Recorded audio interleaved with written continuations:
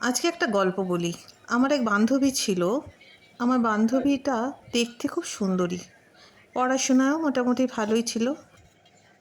কিন্তু বিয়ের পর থেকে ওর উপর নানা রকম অত্যাচার শুরু হয়।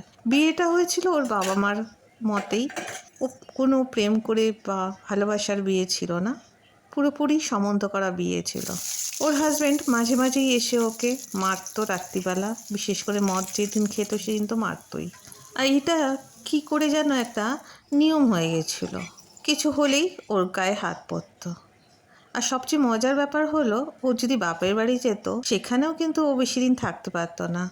ওর বাবা মা ওকে ঠিক এসে শ্বশুরবাড়ি পৌঁছে দিয়ে যেত, আর সঙ্গে ক্ষমা চাইতেও ভুলতো না।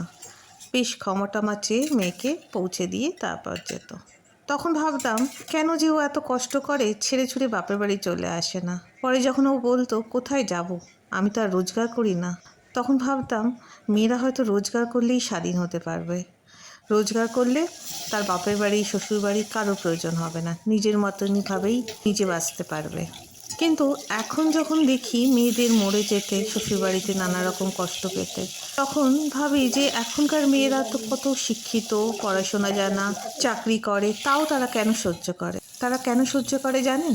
কারণ তাদের বাবা মা আজও ওই একই মানসিকতা বয়ে নিয়ে আসছে। তারা এখনও ভাবে যে মেয়ের বিয়ে হলে মেয়ে পর হয়ে যায়, সেই জন্য আজও মেয়েদের মরতে হয়।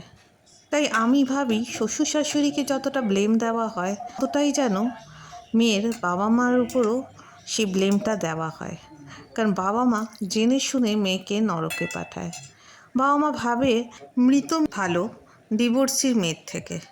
কারণ ডিভোর্স করে সে যদি ফিরে আসে আবার বাপের বাড়ি, প্রতিবেশীকে কী বলবে? উফ, আমাদের সমাজ।